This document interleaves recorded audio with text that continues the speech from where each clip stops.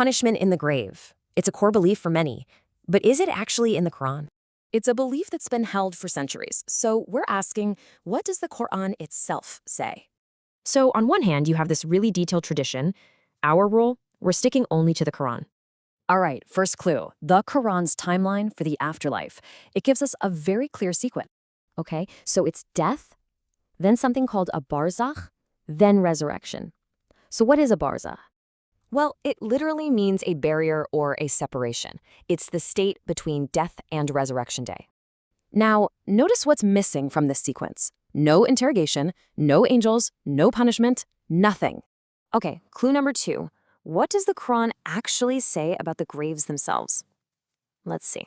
Here the Quran links graves, or qubur, directly to when people will be resurrected. That's it. And again, we see graves mentioned, but only in the context of the final day. So a pattern emerges. Graves are always about resurrection or the last day, period. The text is completely silent about what happens inside the grave. So what does it describe instead? Get this. When the dead are raised, listen to the very first thing they say. They call it their morgad, their sleeping place, a place of rest, not of punishment. Okay, but what about this famous verse about Pharaoh's people? This is the big one. The verse makes a key distinction, an exposure to fire now versus the severest punishment later. So what's the verdict? The Quran's entire focus is on the day of judgment, not the grave. Think about it. The Quran has zero mention of any of these traditional details. None.